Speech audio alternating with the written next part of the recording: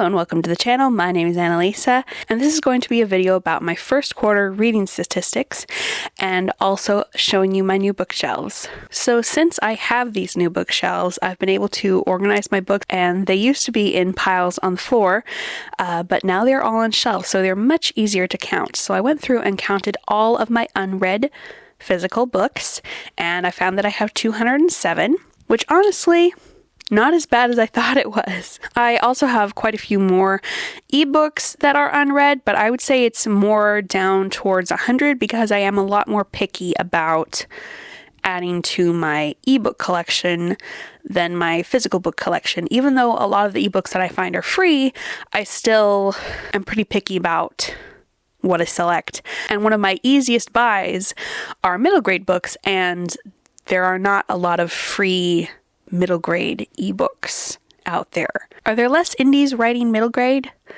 I don't know, but the indies that I managed to find are not writing middle grade. So if you want to point me to any middle grade indie authors, that would be helpful.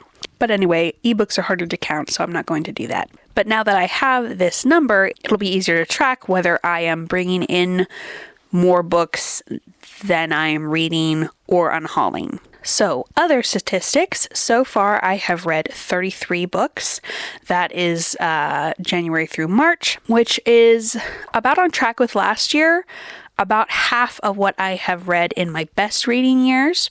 But I think that it's going to stay that way because I have upped my other activity levels, so I'm probably not going to be able to read as much as I did during those 2 or 3 peak years. As for representation, I have read 5 books that heavily featured a disability, basically meaning a disabled main character, and so that is 15%. I would like to get that up, which will hopefully happen this month because the Disability Readathon is going on.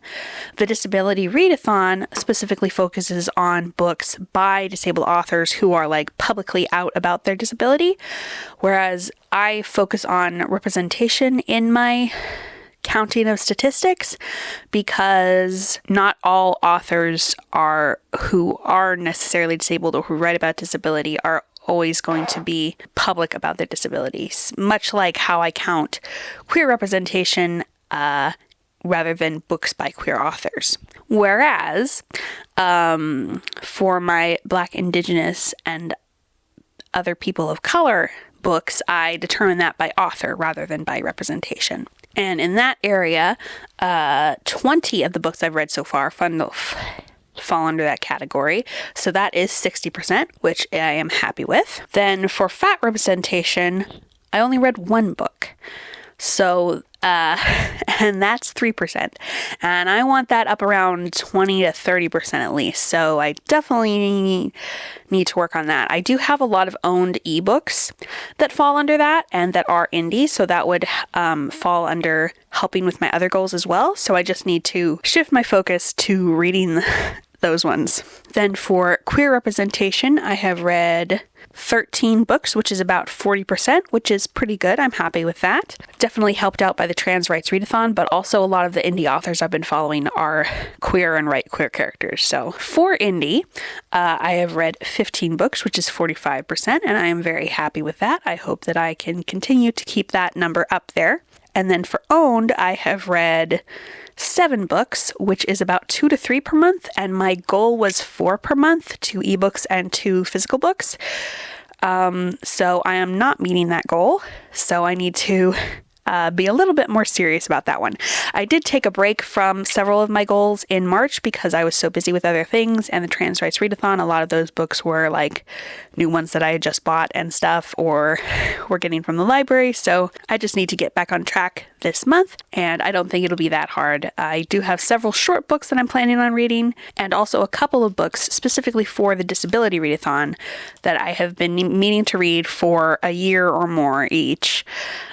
So hopefully I will actually get to those and will accomplish multiple of my goals at once. And now I'm going to show you my new bookshelves. So these are my new bookshelves.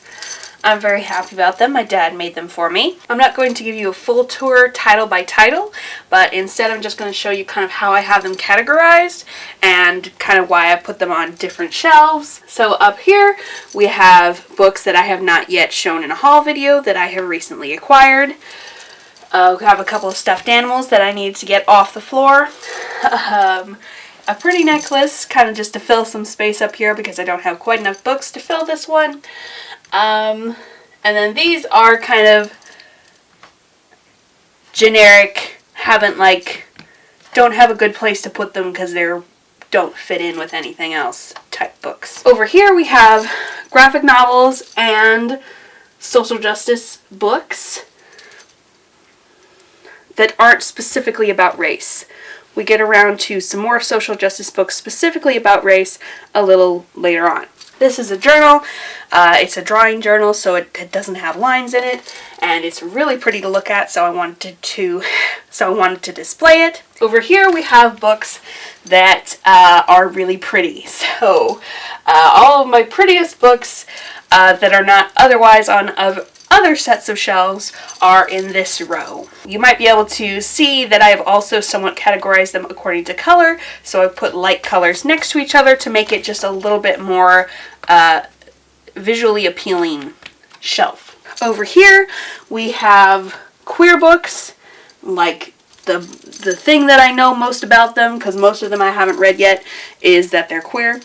And then some witchy books, like that's their big thing, is that they're witchy. A statue, a print. This is my TBR pile. That's like my very proximate need to read these soon TBR. Most of these are for the Disability Readathon. One of them is a book that I am currently reading that is poetry that I want to get finished soon. Then we have Neurodivergent Rep and oldish books like from the 90s that have all have this kind of cover on them. From like here all the way to the end of this shelf is middle grade, again somewhat categorized according to color, and then on this end we have social justice specifically to do with race. Then we have non-middle grade generic all across this bottom shelf, and on the far corner is spiritual stuff, pretty much Christian stuff, and that's how I've organized these shelves so far. Down at the bottom there are also drawers for storage of whatever I feel like. Then I want to kind of show you across. We have more drawers that are under a window seat, which I have put my Playmobil castle on. There's also usually a cat pillow there for Arwen. That's her favorite place. Then some more drawers under another bookshelf that I showed you quite a while ago, where I now store some of my boots. This right here is my library shelf, where I put all the library books so that they don't have to be disorganized. Also my library DVDs at the moment. A bunch of pretty pink and purple books, random stuff, and then some more books and stuffed animals on top.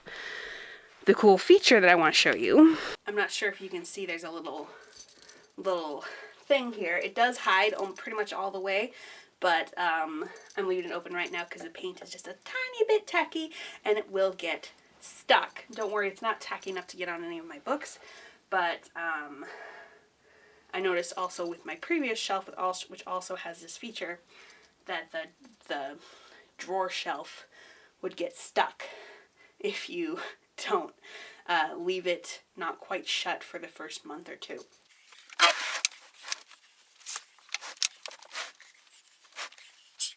I obviously don't have enough books to put in here, so I'm putting random stuff to kind of organize it and make my room less messy. I'll probably end up dedicating at least 3 shelves to that, and only a couple of shelves to books, because I do like other types of things to collect other than just books.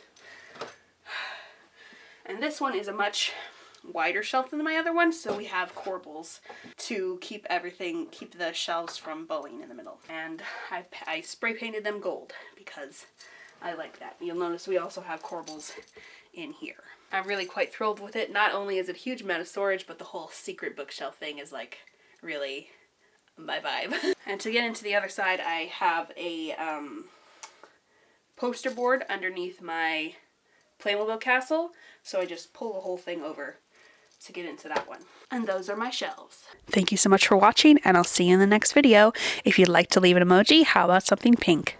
Bye!